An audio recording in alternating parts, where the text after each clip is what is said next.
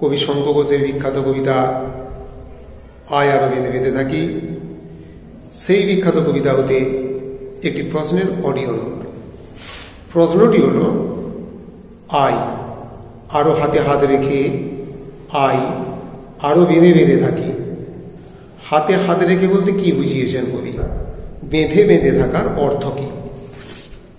উত্তর, মানব দরদে আধুনিক কবি শঙ্খ ঘোষের জলই পাষাণ হয়ে আছে কাব্যগ্রন্থের অন্যতম একটি কবিতা আয় আরো বেঁধে বেঁধে থাকি। উদ্ধৃত অংশটি এই কবিতার অন্তর্গত। উক্ত কবিতাটি 2001 থেকে 2003 খ্রিস্টাব্দের মধ্যে রচিত। সুতরাং সমকাল ও তার পরের কিছু অন্যায়, অত্যাচার ও সন্ত্রাসবাদী ঘটনার অনুষঙ্গ এই কবিতায় ছায়া ফেলেছে।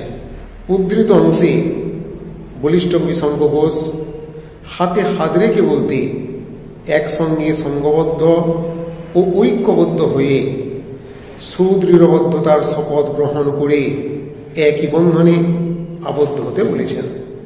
কবি জানেন যে আমাদের সমাজের মানুষের মধ্যে এখন সহযোগিতার বড়ই অভাব।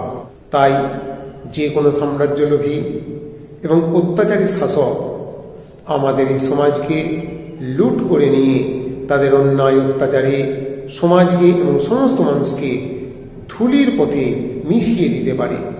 তাই যদি হাতে হাত রেখে একসঙ্গে অন্যায় অত্যাচারের বিরুদ্ধে লড়ে যাওয়া যায়, তাহলে মানুষের সফল নিশ্চিত হবেই।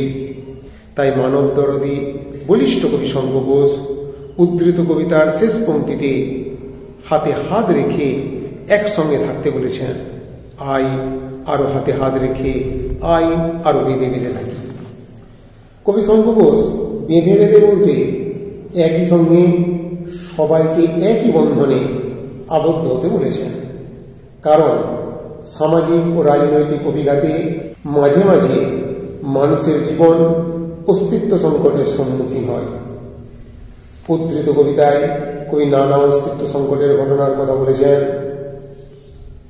আমাদের ডান পাশে ধস, আমাদের বাঁয়ে গিরিখাত, আমাদের মাথায় বোমারু, পায়ে পায়ে হিমালয়ের বাঁধ।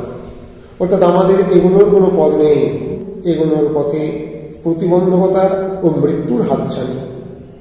ঐক্যবদ্ধ হয়ে সংগ্রামের মধ্য দিয়ে তখন বাঁচার পথ খুঁজে নিতে হয়। সমাজ গঠনের মূল মন্ত্রই ছিল ঐক্যবদ্ধতা ও সহযোগিতা। প্রতিপদে প্রতিবন্ধকতা, আশ্রয়হীনতা, নিরপরাধ শিশুদের সব দেখে আতঙ্কগ্রস্ত মানুষের কণ্ঠ থেকে নিঃসৃত হয় শঙ্কাপূর্ণ উচ্চারণ, আমরাও তবে এইভাবে এই মুহূর্তে মরে যাব নাকি?